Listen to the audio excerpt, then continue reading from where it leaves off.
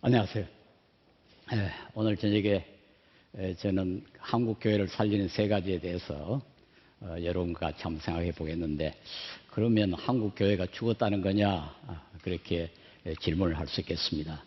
예, 저는 조금 비관적이라서 한국 교회가 죽기 시작했다, 그렇게 생각합니다. 그렇다고 해서 한국 교회가 완전히 죽은 건 아니고요.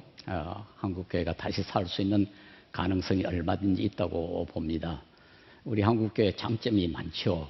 기도 열심히 하고, 전도 열심히 하고, 또 헌금도 많이 하고, 성경도 많이 읽고, 아주 그 세계에서 자랑할 만한 것이 한두 가지가 아닙니다. 그 덕으로 한국교회는 세계 선교 역사상 가장 빨리 그리고 가장 크게 성장을 했습니다. 그뿐만 아니라 우리 한국 사회에도 상당한 공헌을 했습니다. 우리 민주화에도 공헌을 했고, 또 과거에는 우리나라 독립에도 기독교가 공헌을 했고, 또 여러 가지 우리 교육이라든가 문화, 환경 이런 문제에도 한국 기독교가 공헌한 것이 사실입니다. 그런데도 불구하고 최근에 몇 가지 근본적인 약점이 있어가지고 이걸 고치지 아니하면은 한국 교회가 참 위험하다, 저는 그렇게 느끼기 때문에 오늘 여러분과 같이 이 문제를 생각해 보려고 합니다. 첫째로 우리 한국 교회는 도덕성이 회복이 돼야 됩니다. 지금 한국 교회는 도덕적 위기에 처해 있다, 저는 그렇게 믿습니다. 도덕이란 게 별게 아닙니다. 직접이나 간접으로 다른 사람에게 해를 끼치지 않도록 행동하는 것이 도덕입니다. 가장 전형적인 것이 가장 정직한 것이고 공정한 것인데요. 우리가 다른 사람에게 거짓말을 하고 다른 사람을 억울하게 하면은 다른 사람이 손해를 보죠. 그러니까 정직하다는 말, 공정하다는 것은 결국 다른 사람에게 해가 되지 않도록 행동한다 하는 것을 뜻합니다. 그런데 우리가 다른 사람에게 거짓말을 하고 판단이 그릇돼 가지고 어떤 사람에게는 차별 대우하고 어떤 사람에게는 불필요하게 이익을 주고 그렇게 해서 불공정하게 되면은 어떤 현상이 벌어집니까? 첫째, 다른 사람이 우리를 믿지 못합니다. 기독교가 도덕적 위기에 빠져 있다 하는 말은 사람들이 기독교를 믿지 못하고 앞으로 전도해야 할 사람들이 기독교를 믿지 못하는, 즉 기독교를 전파하는 사람들을 불신한다는 그런 상황이 일어나는 거죠. 이건 물론 모든 그 사람에게 또 모든 종교에게 치명적입니다만은 특별히 우리 기독교에는 이게 엄청나게 치명적입니다. 왜냐하면 기독교는 좀 특이한 종교니까요. 그러므로 기독교는 이 신임을 받아야 되는데 오늘 한국 기독교가 사람들의 신임을 받지 못합니다. 지금 지난해 11월에 우리 기독교 윤리 실천 운동이 한국 교회의 신임도를 조사를 했더니 개신교를 신뢰한다 하는 사람이 아주 적습니다. 17.6%에 밖에 되지 않습니다. 가톨릭 교회를 신임한다는 사람이 41.4%고 불교를 신임한다는 사람이 33.5%인데 비해서 우리 개신교를 신임한다는 사람이 17.6%밖에 되지 않으니까 이게 얼마나 심각합니까? 또 어떤 NGO가 조사해 본 바에 의하면 한국 교회에서, 한국 사회에서 가장 믿을 수 없는 집단이 뭐냐, 그러니까 정치 집단이라고 그랬어요. 그건 뭐 어느 나라도 마찬가지입니다. 정치계는 다 불신을 받습니다. 근데 두 번째 못 믿을 집단이 뭐냐, 그러니까 종교계라 그랬어요. 이건 참 특이한 현상입니다. 세계에 그런 나라는 없습니다. 어떻게 하다 우리나라 종교계가 이렇게 신임을 못 받게 됐는지 참 너무 기가 찹니다. 그런데 그 가운데 개신교가 또 가장 신임을 받지 못하고 있으니까요.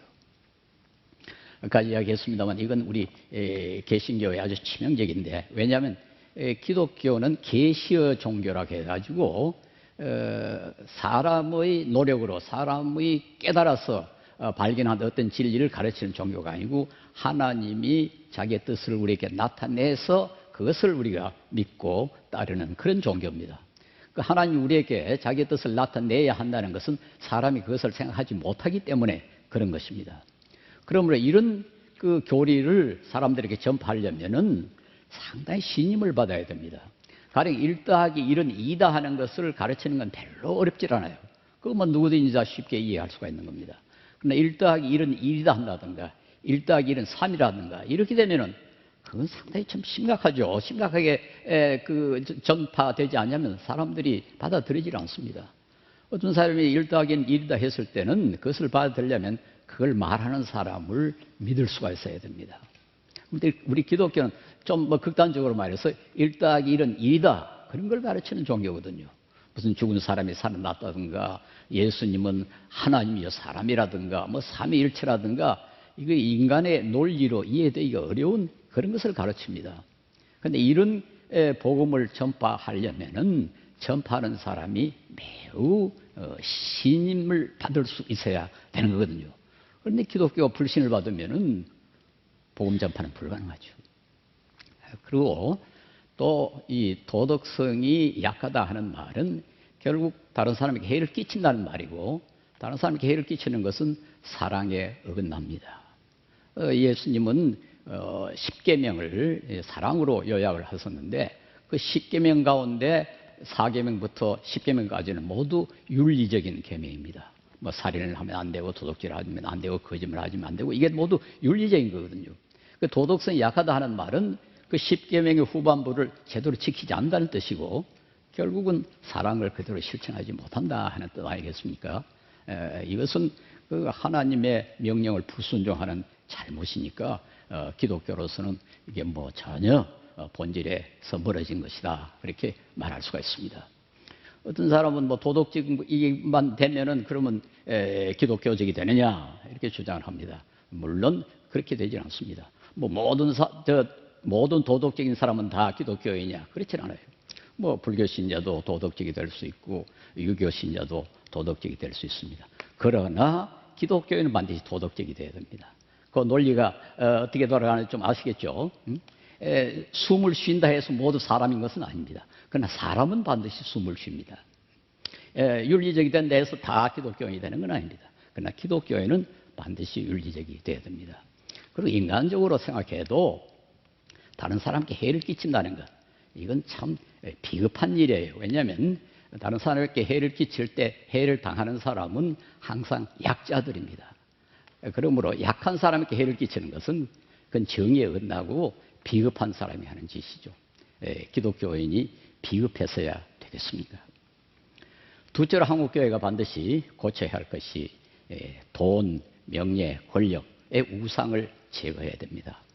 한국교회가 과거에 그렇게 강하지 않았을 때는 돈이나 권력이나 명예 이런 유혹이 별로 없었습니다.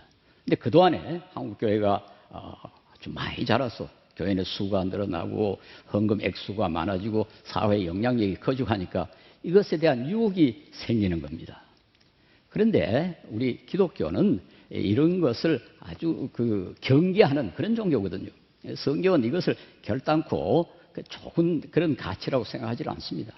그렇다면 교회가 비록 성호해도 이런 유혹으로부터 벗어나야 할 텐데 조금씩 돈, 명예, 권력을 정당하지 못한 방법으로 추구하기 시작을 하는 겁니다. 즉 성경이 요구하는 그런 방법으로 추구하는 것이 아니라 비도덕적인 방법으로 성경이 금하는 그런 방법으로 돈을 추구하고 명예를 추구하고 권력을 추구합니다. 최근에 한기총이란 스스로 한국 기독교를 대표한다는 기관이 선거를 하는데 돈을 썼거든요. 이건 명예를 얻기 위하여, 그것도 진짜 명예도 아니고 사실은 가짜 명예죠. 허영이죠. 그걸 얻기 위하여 성경이 금하는 거짓말 또 뇌물 이런 방법을 사용했으니까 결국은 명예가 하나님보다 더 중요하단 말이에요. 그렇지 않습니까? 그렇게 되면은 명예라는 것이 우상이 되어버리죠. 하나님의 명령을 어겨가면서 돈을 추구하면은 돈이 하나님보다 더 중요한 게 아닙니까? 그러면 돈이 우상이 되어버린 겁니다. 그런데 기독교가 하나님만 섬겨야지 돈의 우상, 명예의 우상, 권력의 우상을 섬겨가지고는 기독교라고 할 수가 없죠. 한국교회가 다시 살려면은 적어도 한국교회는 돈을 무시할 줄 알아야 됩니다. 교회에서 돈 많은 사람이 우대돼서는 안 됩니다. 이 세상에서 권력 높은 사람을 교회가 너무 중요하게 생각해서는 안 됩니다. 그보다 훨씬 더 중요한 것은 비록 가난하지만은 불쌍한 사람을 돕고 비록 권력이 그렇게 높지 않지만은 다른 사람을 위해서 사는 그런 사람이 교회에서 존경을 받아야지 돈 많은 사람, 무슨 권력 높은 사람, 명예 많은 사람, 이런 사람이 우대를 받아서는 그건 교회의 자존심에 아주 어긋나는 것이라고 이렇게 생각합니다. 그래서 오늘부터 우리 한국교회는 돈 무시하는 좀 훈련을 받았으면 좋겠어요. 권력 무시할 줄 아는 그런 훈련을 받아야 됩니다. 그래야 한국교회가 이 혼탁한 사회에 그래 좀 빛이 될 수 있죠. 특별히 이 돈은 우리 한국 사람이 매우 좋아하는 가치입니다. 그런데 돈이 우상이 될 수 있다는 것은 예수님께서 이미 말씀하셨습니다. 돈, 재물과 하나님을 겸하여 섬길 수 없다고 예수님이 말씀하셨거든요.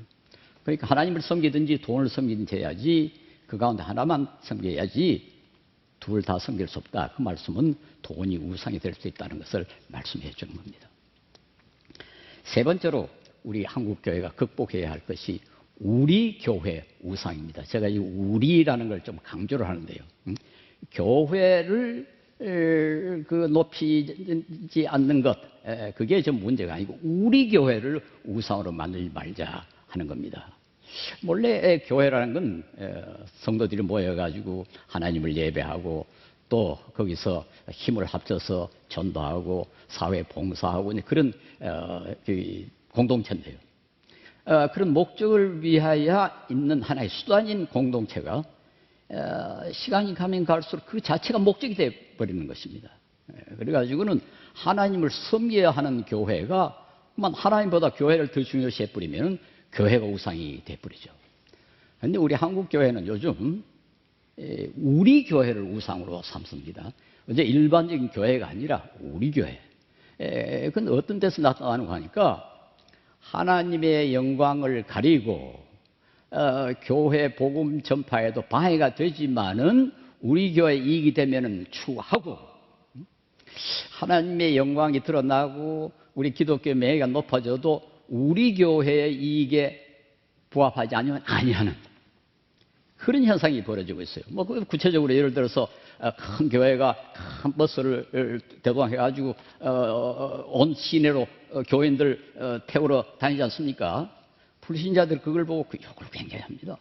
다 같은 하나님을 섬기는데 이 가까이 있는 교회에 가도록 하면 되지 꼭 그렇게 큰 교회가 버스를 털어가지고 돌아다니면서 교인들을 모아야 되느냐?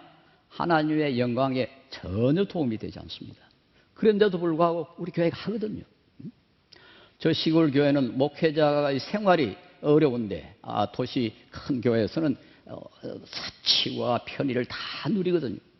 그럼 뭐가 중요합니까? 하나님과 복음이 중요한 게 아니라 우리 교회가 중요합니다. 또 바로 다른 교회 옆에 또 교회를 세웁니다. 무슨 가게냐고 불신자들이 욕을 하죠. 예, 하나님을 섬겨야 되고 하나님을 섬기는 교회는 어디까지나 수단으로 남아 있어야지 그것이 목적이 되어서는 안 되는데 우리 한국 교회는 너무나 많은 사람이 우리 교회를 우상으로 섬깁니다. 이 세 가지 우리 극복해야 한국 교회가 다시 살 수 있을 것입니다. 이건 상당히 어렵습니다. 돈을 무시하는 것도 참 어렵고 우리 교회 우상을 버리는 것도 참 어렵고 참 도덕적으로 다시 행동하는 것도 참 어렵지만은 이거 우리 고치지 않으면은 우리 한국 교회는 저는 가만히 없다고 봅니다. 물론 교회를 죽이고 살리는 것은 하나님이 하시지만 그러나 우리의 인간의 생각으로는 이 세 가지 적어도 기본적으로 우리가 지켜야 또 바꿔야 고쳐야 우리 한국 교회가 제대로 살 수 있고 하나님의 영광을 드러낼 수 있지 않을까 그렇게 생각합니다. 여러분께서 모두 이에 관심을 가지시고 협조해 주시기 바랍니다. 감사합니다.